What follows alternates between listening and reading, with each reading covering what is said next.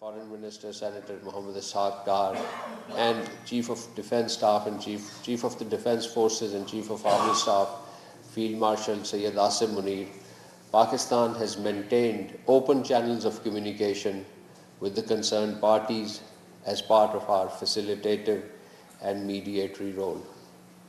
As part of these ongoing efforts, the Prime Minister is currently undertaking visits to key regional countries, while the Chief of Defence Forces and the Chief of Army Staff arrived in Tehran yesterday.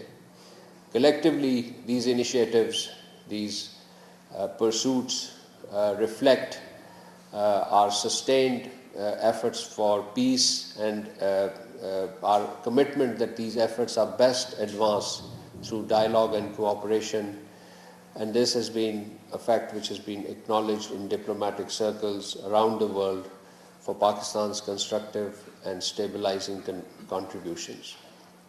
The Prime Minister's visit to the three countries has strong bilateral content as well, and I will mention that aspect later.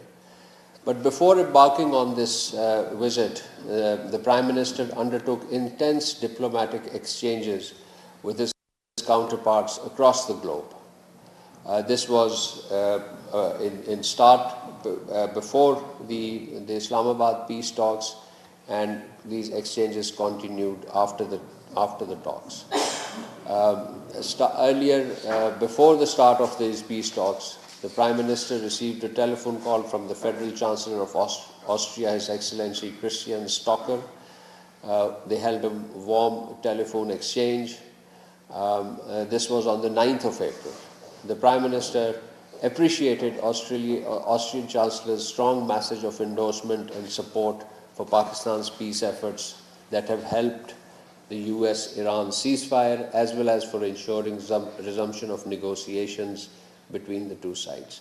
Both leaders stressed upon the importance of ensuring that ceasefire be upheld and strengthening the prospect of successful negotiations. The same day, the Prime Minister received a telephone call from His Highness Sheikh Tamim bin Hamad Al Thani, Amir of the State of Qatar. His Highness congratulated the Prime Minister on successful diplomatic efforts that has led to the US-Iran ceasefire. The two leaders expressed the hope that through concerted efforts, peace would return soon to the entire region. The same day, that is on the 9th of April, the Prime Minister received a telephone call from His Excellency Friedrich Merz, Chancellor of the Federal Republic of Germany. The German Chancellor expressed strong endorsement to Pakistan for our role in these peace efforts and for the holding of ceasefire between US and Iran and on the start of negotiations. Both leaders expressed serious concern over the ongoing hostilities in Lebanon and hope that the peace returns to the entire region. On the 9th of April, the Prime Minister also received a telephone call from the Prime Minister of Italy, Her Excellency Giorgia Meloni. The Prime Minister Meloni appreciated Pakistan's successful diplomatic efforts aimed at facilitating the talks and acknowledged and congratulated Pakistan for hosting these talks. The two leaders also discussed Lebanon and agreed the need for coordinated international efforts to prevent further attacks against that country. On April 10, our Prime Minister received a telephone call from the Prime Minister of United Kingdom, His Excellency Keir Starmer. The Prime Minister Starmer deeply appreciated Pakistan's effective diplomatic efforts and facilitated the Prime Minister on hosting peace negotiations in Islamabad, and he offered his best wishes for the success of this endeavor. Ladies and gentlemen, on 13th April, the Prime Minister received a telephone call from the Prime Minister of Japan, Her Excellency Sanae Takaichi. Appreciating Prime Minister's diplomatic role in facilitating the ceasefire, the Prime Minister of Japan expressed her country's full support for the peace process and its importance in regional stability, and particularly the same day, the Prime Minister received a telephone call from the Canadian Prime Minister, His Excellency Mark Carney. He congratulated Prime Minister Shehbaz Sharif on our peace efforts and offered complete endorsement of Canada for Pakistan's role towards de-escalation and regional peace and security. Ladies and gentlemen, eventually these peace talks did take place and were extensively covered, and I thank the media colleagues for their attention, their responsibility, and their dedication with which they covered these talks. As you know, the respective delegations were headed by the Vice President of the United States, His Excellency J.D. Vance, and the Honorable Speaker of the Iranian Parliament, Mr. Muhammad Bagher Ghalibaf. They were in Pakistan from 11th to 12th of April. Before embarking on peace talks, the two delegations called on the Prime Minister, Mohammad Shahbaz Sharif, separately. We issued brief press readouts of these meetings. The talks continued for 21 hours. That is the duration of actual negotiation. Overall, the process continued for well above 30 hours if you count the movement of the delegations and the momentary breaks for meals and coffees and so on. So as such, the entire negotiation process was intensive and extensive, both in terms of scope and timelines. The Deputy Prime Minister and Foreign Minister, along with the Chief of Defence Forces and the Chief of Army Staff, helped mediate several rounds of intense and constructive negotiations. You would recall that in his remarks at the conclusion of these talks, the Deputy Prime Minister, Senator Mohammad Ishaq Dar, had expressed hope that the two sides would continue with the positive spirit to achieve durable peace and prosperity in the entire region and beyond. It is imperative that the parties continue to uphold their commitment to ceasefire. The DPM has also reiterated that Pakistan has been and will continue to play its role to facilitate engagement and dialogue between the two countries in the days to come. And indeed, these words of the Deputy Prime Minister are being upheld now that our Chief of Defence Forces was in Iran yesterday, arrived in Iran yesterday, and our Prime Minister has embarked on a three countries visit. Let me reiterate that the visit to Saudi Arabia and Qatar has, of course, a very strong bilateral component as well. The Prime Minister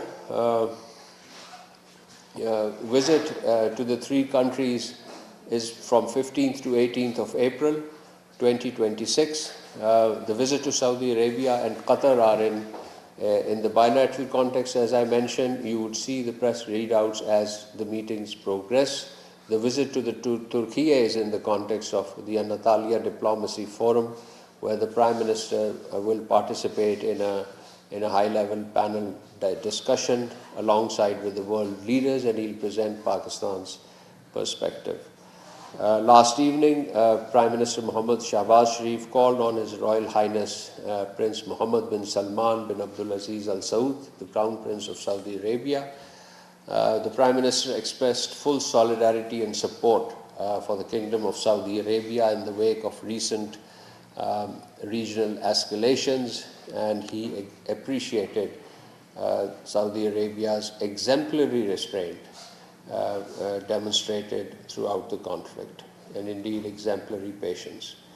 The Prime Minister shared with His Royal Highness the recent developments related to Pakistan's peace efforts that led to the US-Iran ceasefire and the recently held Islamabad talks between US and Iran. His Royal Highness, the Crown Prince, appreciated Pakistan's constructive role in the peace process. The Prime Minister expressed his sincere appreciation for His Royal Highness the Crown Prince on the Kingdom's consistent support to Pakistan's economic stability. Both countries enjoy a unique relationship, as you know, and there was we both have strong strategic defense partnership under the Pakistan-Saudi Arabia Strategic Mutual Defense Agreement.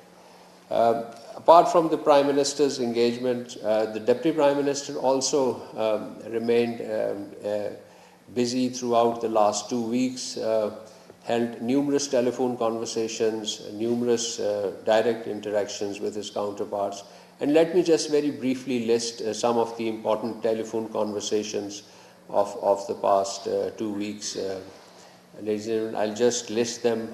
There was a common message of support for peace efforts and our advocacy for the settlement of all outstanding disputes, as well as our mediatory efforts between the relevant countries. So on the April 2nd, the Deputy Prime Minister spoke with the Foreign Minister of Egypt, Turkey and Uzbekistan. On April 3, he spoke with the Foreign Minister of Saudi Arabia. On April 4th, he spoke with the Foreign Minister of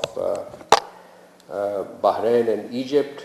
On 5th, he spoke with Iran and Saudi Arabia again. And on April 6th, he spoke with the Foreign Ministers of Japan, Portugal, the UK and Canada. On April 7th, he spoke with the Foreign Ministers of Egypt, Bahrain and Norway. On April 8th, he spoke with the Foreign Ministers of Saudi Arabia, Egypt, Turkey, Qatar, the European Union High Representative for Foreign Affairs and Security Policy, Foreign Ministers of Morocco, Spain, Kuwait and Canada. So there were around 8 or 10 telephone calls on April 8th.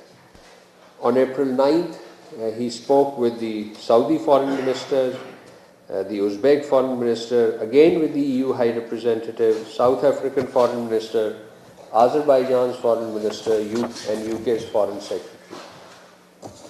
So these were the intense diplomatic exchanges that took place between the two sides. On April 10th, the DPM spoke with the Foreign Minister of France,